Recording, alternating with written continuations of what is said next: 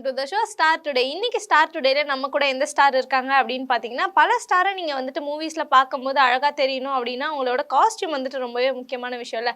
அந்த மாதிரி காஸ்டியூம் எல்லாம் ஸ்டார்ஸ்க்கு வந்து டிசைன் பண்ணி கொடுக்குறவங்க தான் நம்ம கூட இருக்காங்க. செலிபிரிட்டி காஸ்டியூம் டிசைனர் தட்ஷா நம்ம கூட இருக்காங்க. அவங்க கிட்ட தான் இன்னைக்கு நம்ம பேசி நிறைய விஷயங்கள் வந்துட்டு வாங்க போகிறோம். என்ன பேசுகிறாங்க அப்படின்றது ஷோக்குள்ளே போய் தெரிஞ்சுக்கலாம் வாங்க. வணக்கம் மேம்.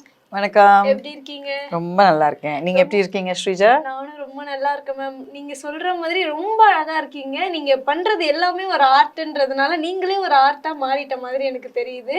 முதல்ல நம்ம கெரியர் பத்தி உங்களை பத்தி பேசுறதுக்கு முன்னாடி உங்க காஸ்டியூம் பத்தி பேசிடலாம் மேம். இன்னைக்கான காஸ்டியூம் இது அப்படியே ரெக்கார்ட் பண்ணி எங்க அம்மா காமிச்சீங்கன்னா நான் ரொம்ப ஹாப்பியா இருப்பேன். ஏன் மேம்? நீங்க சொல்றதுக்கு அப்படியே ஆப்போசிட்டா எங்க அம்மா சொல்லுவாங்க. That's the mother. மதர்னாலே அப்படிதானே மேம்? ஆல்வேஸ் என்ன சொல்லி she will be like, உனக்கு நல்ல துணியே இல்லையா, இன்டர்வியூ கூட இப்படிதான் போவியா, சரிம்மா அங்க போய் மாத்திக்கிறேன்ட்டு வந்துட்டேன். Okay ma'am. இப்போ என்ன ஒர்க்லாம் மேம் போயிட்டு இருக்கு கரண்டா பெரிய எதிர்பார்ப்பு எனக்கு கங்குவா. எங்களுக்கும் மேம் காஸ்டியூம்ஸ் வைஸ் எனக்கு ஒரு ஒரு லெகசி. நான் தேர்ட் ஜென்ரேஷனாக காஸ்டியூம் டிசைன் பண்ணிகிட்ருக்கேன்.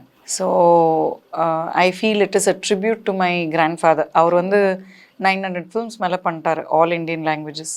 அப்புறம் அவர் ஃபிலிம் ப்ரொடக்ஷன் பண்ணும்போது, ஃபிலிம் ப்ரொடியூசராக அவர் மாறும்போது நான் காஸ்டியூம்ஸ் டேக் ஓவர் பண்ணேன். இப்போ இல்லை அவர்.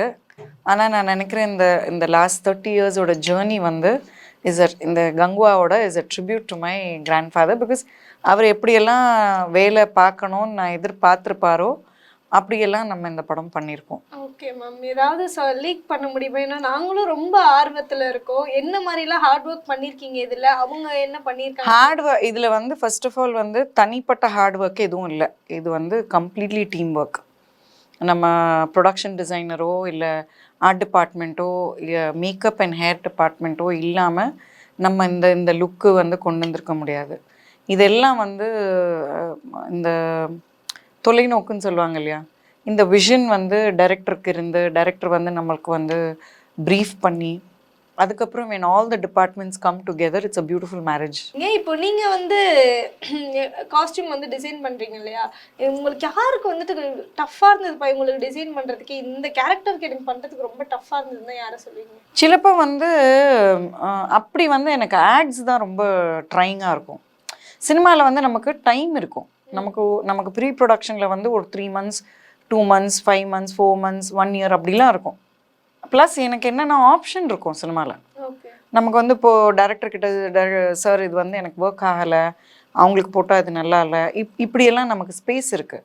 ஆட் உங்களுக்கு ஒரு 3 days நடக்கிற கூத்து. 2 நாள் ப்ரீ ப்ரொடக்ஷன், 1 நாள் ஷூட்டு. ஸோ நமக்கு ப்ரீஃபிங்கே என்றைக்கு வரும்னா 2 daysக்கு முன்னாடி தான் ப்ரீஃபிங் வரும். சிலப்போ காம்ப்ளிகேட்டட் ஷூட்ஸ் இப்போ இந்த ஃபோனுக்கு வந்தது இல்லையா, அது பேர் என்ன, ஜூவா ஓடோஃபோனோடது, ஜூஸோட அந்த மாதிரி ஏதாவது நம்ம காஸ்டியூம்ஸ் சிக்குச்சுன்னா சம்டைம்ஸ் டைம் இருக்கும் டு எக்ஸ்பெரிமெண்ட். இது ட்ரையல் அண்ட் எரரில் தான் பண்ண முடியும். சம்டைம்ஸ் இருக்கும், சம்டைம்ஸ் இருக்காது. சம்டைம்ஸ் இல்லாதப்போ it will go for a 6 இருக்கும்போது ஆட் நல்லா வரும். Okay ma'am. அதே மாதிரி ஆட்ல நிறைய டிஃப்ரெண்ட்டான விஷயம்லாம் நம்ம பார்ப்போம்.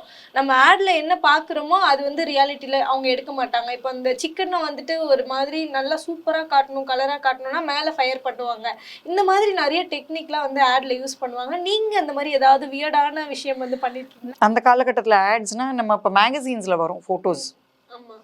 ஃபெமினா நீங்கள் எது வேணாலும் எடுத்து பார்த்தீங்கன்னா ஃபுட் ஃபோட்டோகிராஃபி இருக்கும், காஸ்டியூம் இருக்கும், ஃபுட்வேர் இருக்கும். இப்போ என்னெல்லாம் நம்ம ஆன்லைனில் பண்ணுறோமோ அதெல்லாம் டிஜிட்டலாக பண்ணுறோமோ அதெல்லாம் மேகசின் ஃபார்மேட்டில் இருந்துச்சு. ஸோ இதெல்லாம் டேபிள் டாப் அவர் ஷூட் பண்ணிகிட்டு இருந்தார். நல்ல இவ்வளோ பெரிய வயிற்ற வச்சுட்டு இப்படி நடந்து போயிட்டு இருக்கும்போது ஒரு நாள் கூப்பிட்டாரு, நீ மீடியாவில் தானே என்ன இருந்தேன், இதுக்கப்புறமும் நான் இருப்பேன் அப்படின்னு. கொஞ்சம் மேலே வாங்கினார். இவ்வளோ பெரிய வயிறு வச்சுட்ருக்கேன், மேலே வர சொல்கிறீங்க, நீ கீழே வாங்கினேன். இப்படி தான் நாங்கள் மீட் பண்ணுறோம். என் நேம்பரை is a very big cinematographer. But he was my ஆடுக்கு ஹி வாஸ் மை மென்டர். அப்புறம் he said, நீ சும்மா தானே இருக்கேன். நான் சொன்னேன், சும்மா எங்கடா இருக்கேன், நான் பிள்ளையோடு இருக்கேன். இல்லை பிள்ளை சும்மா இருக்கு, நீயும் சும்மா இருக்கேன், நீ டேபிள் டாப் பண்ணு அப்படின்னு சொல்லி he forced me to do work. Table டாப்னா என்னெல்லாம் தெரியாது, பட் டிசைன் பேசிக்ஸ் எனக்கு இருந்துச்சு. தாத்தாவோட டிசைனிங் பார்த்து டிசைன்றது ஒரே ஒரு கான்செப்ட் தான். அதை நீங்கள் ட்ரெஸ்ஸுக்கும் அப்ளை பண்ணலாம், ஜுவல்லரிக்கு அப்ளை பண்ணலாம், ப்ராடக்ட்டுக்கு அப்ளை பண்ணலாம், ஹவுஸுக்கு அப்ளை பண்ணலாம். It is just one idea that you can apply to every thing. உங்களுக்கு மைண்ட் அவ்வளோ பெருசாக இருந்துச்சுன்னா எல்லா இடத்துக்கும் எல்லாம் நீங்கள் அப்ளை பண்ணலாம். ஸோ அதை எடுத்து I started applying on table tops. Table top ஒன்றும் இல்லை, டேபிள் மேலே வந்து ஒரு அந்த காலத்தில் வந்து இது வரும் இல்லையா, டைல்ஸு. இந்த மாதிரி நிறைய வெரைட்டி டைல்ஸ் வாங்கி வச்சுருப்பாங்க. அந்த டைலை வச்சுட்டு அது மேலே வந்து ஜுவல்லரி அரேஞ்ச் பண்ணிவிட்டு ப்ராடக்ட் வச்சுட்டு, ப்ராடக்ட் என்ன வேணாலும் இருக்கலாம், ஃபேஸ் க்ரீம் இருக்கலாம், ஜுவல்லரியாக இருக்கலாம், ஃபுட்டாக இருக்கலாம்.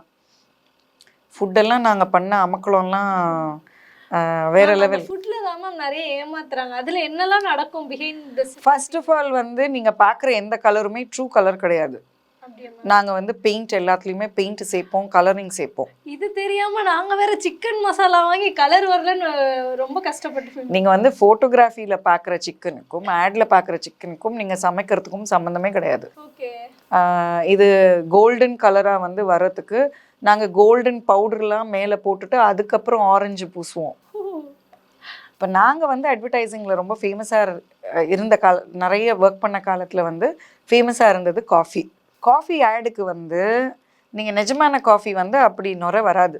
நான் காஃபியை கையில் வச்சுட்டே பேசுகிறேன். அப்படி நுரையும் வராது, அப்படி புகையும் வராது. உங்களுக்கு ஆவி பறக்கணுங்களா, இதில் என்ன போட்டால் என்ன வரும், எக்ஸ்பெரிமெண்டல் தான் எல்லாம். ஒருத்தங்க டீம்லேயே சொல்லுவான், ஒருத்தன் சர்ஃபை போட்டு பாரு வருதா அப்படின்னு. சர்ஃபு போட்டால் பாலும் சர்ஃபும் வந்து பெருசாக அந்த ஃப்ராத்தை கொடுக்காது. இந்த நுரை வேறு மாதிரி இருக்கும். காஃபி கலரில் இருக்கணும் நுரை, காஃபி நுரை மாதிரியும் இருக்கணும், ஆனால் அதில் வராது. என்ன பண்ணுவீங்க? எடிட் பண்ணுவீங்களா மேம்? அப்போது அவ்வளோலாம் இல்லை. ஃபஸ்ட்டு நாங்கள் வந்து காஃபியில் எச்சி துப்புவோம் எல்லாரும். ஆமாம், கப்பை வந்து எச்சி தீர்ந்து போயிடும். மக்கை வந்து நம்ம கேமராமேன் நம்ம கொடுப்பாரு, அப்புறம் நம்ம எச்சி துப்பி பக்கத்தில் இருக்க மாடல் கொடுப்போம், அவங்க எச்சி துப்பி அடுத்த ஆள் கொடுப்பாங்க, இப்படி மக்கு சுத்தம். அது வந்து நாங்கள் நுரை வரும்னு நினச்சி பண்ணலை, கடுப்பில் பண்ணோம். அது என்ன பண்ணாலும் வரமாட்டேங்குதுன்னு, கொண்டா நானும் துப்புறேன், அப்படி ஒரு ஃப்ரஸ்ட்ரேஷன் வரும்ல. அப்புறம் பார்த்தா அந்த டைம் அந்த அந்த எண்ட் ப்ராடக்ட் வந்து நல்லா ஃப்ராத் ஆச்சு. எதுவுமே நம்ம ரொம்ப கஷ்டப்பட்டு ட்ரை பண்ணதெல்லாம் ஒர்க் ஆகாம எச்சு துப்புனோனே ஒர்க் ஆகும். அப்புறம் வந்து என்ன பண்ணுவோம், புகை வந்து வரத்துக்கு வந்து காஃபியும் காமிக்கணும், புகையும் வரணும். காஃபி அவ்வளோ சூடாலாம் புகையெல்லாம் வராது. சுடுதண்ணி ஊற்றி கப்பில் வந்து புகையை தனியாக எடுத்துட்டு அப்புறம் அந்த புகையும் காஃபி மக்கையும் வந்து போஸ்ட்டில் வந்து இது பண்ணுவாங்க, மர்ஜ் பண்ணுவாங்க. இந்த மாதிரி நிறைய கிமிக்ஸு. அவ்வளோ ஆட்ஸில் வந்து நான் வந்து ப்ராபப்ளி கைமல் சார் கூட வந்து ஒரு கண்டிப்பாக 2000 ஆட்ஸ் பண்ணியிருக்கணும். ஜேஜே மீடியா பேக் கூட கண்டிப்பாக ஒரு 1000 ஆட்ஸ் பண்ணியிருப்பேன். அதில் வந்து நீங்கள் பார்த்துருப்பீங்க, ஜெரி சார் வந்து இதில் வந்து பாலா சார் படத்தில் வந்து இவராக வருவார், மொட்டையெல்லாம் அடிச்சுட்டு. பரதேசி படத்தில் வந்து ஹீரோ ஒருத்தர் அடிச்சுட்டே இருப்பார்ல, he will be like the villain. அவர் தான் ஆட் ஃபிலிம் டைரக்டர். ஓகே. அவர் அந்த படம் நடிச்சிருப்பாரு. பாலா சாரோட வந்து அவர் இஸ் குட் ஃப்ரெண்ட்ஸ். ஸோ அவங்க வந்து நாச்சியார் பண்ணும்போது என் ஹேர் ஸ்டைலோட வந்து தேடி இருக்காங்க. ஓகே. பெப்பர்டா. I don't think a lot of people have the confidence to wear grey hair. இப்போ இருக்கு, அப்போ வந்து அந்த டைமில் இல்லை. அவங்க தேடி இருக்காங்க, நிறைய கிடைக்கல. நான் இப்போ வந்து பாம்பேயில் ஒரு 3 years ஒர்க் பண்ணிட்டு இருந்தேன். ஸோ நான் வந்து இல்லாத எக்ஸ்கியூஸ்லாம் கொடுக்குறேன்.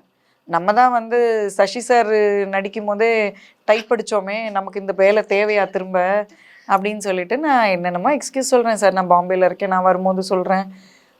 நான் பாம்பேலேருந்து சென்னைக்கு வந்திருக்கும் போது ஒரு ஆடுக்கு கூப்பிடுறாரு ஜெரி சார். ஆடுக்கு தானே கூப்பிட்றாருன்னு போனால், ஆடு வந்து அடுத்த வாரம் இருக்குது, நீங்கள் நாளைக்கு போய் பாலா சாரை பாருங்கன்றாரு. அப்புறம் நானுமே பாலா சார்கிட்ட போயிட்டு, சார் எனக்கு நடிக்கலாம் வராது, எனக்கு என்ன பயம், வேற யாராவது டைரக்டர்னா கூட நான் பயந்துருக்க மாட்டேன், பாலா சாரை பற்றி நான் கேள்விப்பட்டேன், ஆனால் அவர் opposite to what I heard. அடிப்பாங்க. அதைத்தான் நான் வந்து இவ்வளோ வருஷமாக வந்து நம்ம வந்து மானத்தோடு வாழ்ந்துட்டோம், செட்டில் போய் நம்ம இன்னைக்கு அடிதான் வாங்க போகிறோமா அப்படின்லாம் நினச்சிட்டு இந்த இமேஜினேஷன் ஓவர் ஒர்க் ஆகும்ல, அதெல்லாம் யோசிச்சுட்டு ஆல்மோஸ்ட் வந்து எனக்கு தண்ணி கண்ணில் நிற்கிது. என்னடா நடக்க போகுது, சரி பேசாமல் போய் பாலா சார்ட்ட நேராக பார்த்து சரி எனக்கு நடிக்கலாம் வராதுன்னு சொல்லிட்டு வந்துருவோன்ட்டு போகிறேன். உள்ளே போனோடனே பாலா சார் வந்து கேட்குறேன், நீங்கள் தமிழான்னு. மேம் எனக்கும் அந்த டவுட் இருந்தது மேம். ஐயோ, அக்மாக் தமிழச்சி. பேசுறத வச்சு கண்டுபிடிச்சிடலாம். நீங்க பேசாததுக்கு முன்னாடி உங்களை பார்த்தோன்னா ஏதோ ஃபாரின்ல இருந்து இறங்கி ஃபாரின்லேருந்து இல்லை, நீங்கள் வந்து சிலோன்லேருந்தோ இல்லை மலேசியன் தமிழனோ சிங்கப்பூரியன் தமிழனோ அப்படி தான் யோசிப்பீங்க. இது நிறைய சொல்லுவாங்க மக்கள். ஏதாவது எங்கேயாவது பூர்வீகத்தில் ஏதாவது இருந்திருக்கும், ஓகே நமக்கு தெரியல. ஸோ பாலா சார் நான் சொன்னேன், இல்லை சார் தமிழ் தான்.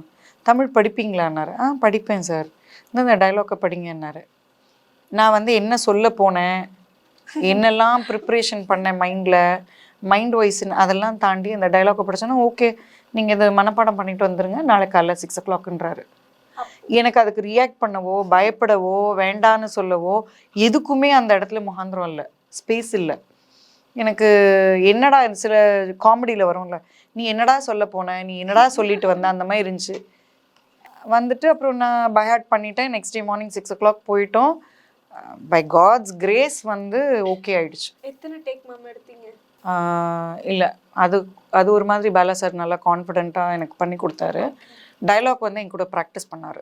இந்த இடத்துல ஸ்டாப் பண்ணணும், இந்த இடத்துல பிரெத் எடுங்க, இந்த இடத்துல கண்ணை மூடி திறங்க, இந்த இடத்துல கை வரணும். புதுசாக ஆக்டிங் பண்ணுறவங்களுக்கு வந்து ரொம்ப ஈஸியாக பண்ணலாம். டைரக்டர் சொல்கிறத அப்படியே வாங்கி அப்படியே கொடுத்தா போதும். இன்னொரு முக்கியமான விஷயம், கங்குவா படத்துல வந்துட்டு நீங்க வந்து ஒர்க் பண்ணிட்டு இருக்கீங்க. நானும் இந்த இன்டர்வியூவை எங்கெங்கேயோ கொண்டு போகிறேன், கரெக்டாக எல்லாம் முடிச்சு அந்த பாயிண்ட்லேயே வந்து நிற்கிறீங்க. சூர்யா சார் கூட வேற நடிச்சிருக்கீங்க, ஜோதிகா மேம் கூட நடிச்சிருக்கீங்க. அடுத்த வாட்டி எங்கேயாவது சூர்யா சாரை பார்த்தீங்கன்னா இந்த மாதிரி ஒரு பொண்ணு உங்களை கேட்டாங்க சார் அப்படின்னு மட்டும் சொல்லியிருக்கோங்க. அவருக்கு வந்து கண்டிப்பாக both of them are very very sweet to work with. நான் ஜோ மேமோட ஆல்ரெடி காஸ்டியூம்ஸ் பண்ணியிருக்கேன், மொழி ஃபிலிம் பண்ணேன், நிறைய அட்வர்டைஸ்மெண்ட்ஸ் பண்ணியிருக்கேன். ஸோ ஜோ மேம், நான் சூர்யா சாரோட ஃபஸ்ட்டு டைரெக்டாக வந்து நான் வந்து சன் ஃபீஸ்ட்னு ஒரு ஆட் பண்ணேன். சூர்யா சார் முன்னாடி பண்ணியிருப்பார், ஆனால் கண்டிப்பாக என்ன ஞாபகம் வச்சுருந்துருக்க மாட்டார். ஞாபகம் அப்படின்னு வந்தது நான் நாச்சியார் பண்ண பிறகு. ஜோ மேடம்ன்றதுனால கண்டிப்பாக மூஞ்சி ரெஜிஸ்டர் ஆகிருக்கும். சூரியரை போட்டு ஒரு சீன் பண்ணியிருப்பேன், அப்போ ஞாபகம் வச்சு பேசினார். அதை அவர் பேச வேண்டிய அவசியமே இல்லை. மேம் சூரரை போற்றில் நல்லா பண்ணியிருந்தீங்க, சாரி நாச்சியாரில் நல்லா பண்ணியிருந்தீங்க, தேங்க்யூ சார்னு சொல்லிட்டு very very very nice human being. Okay ma'am, நிறைய விஷயங்கள் வந்து சொன்னீங்க, ரொம்ப நன்றி ma'am. Thank you very much Sreeja. Very very happy meeting all of you. Thank you.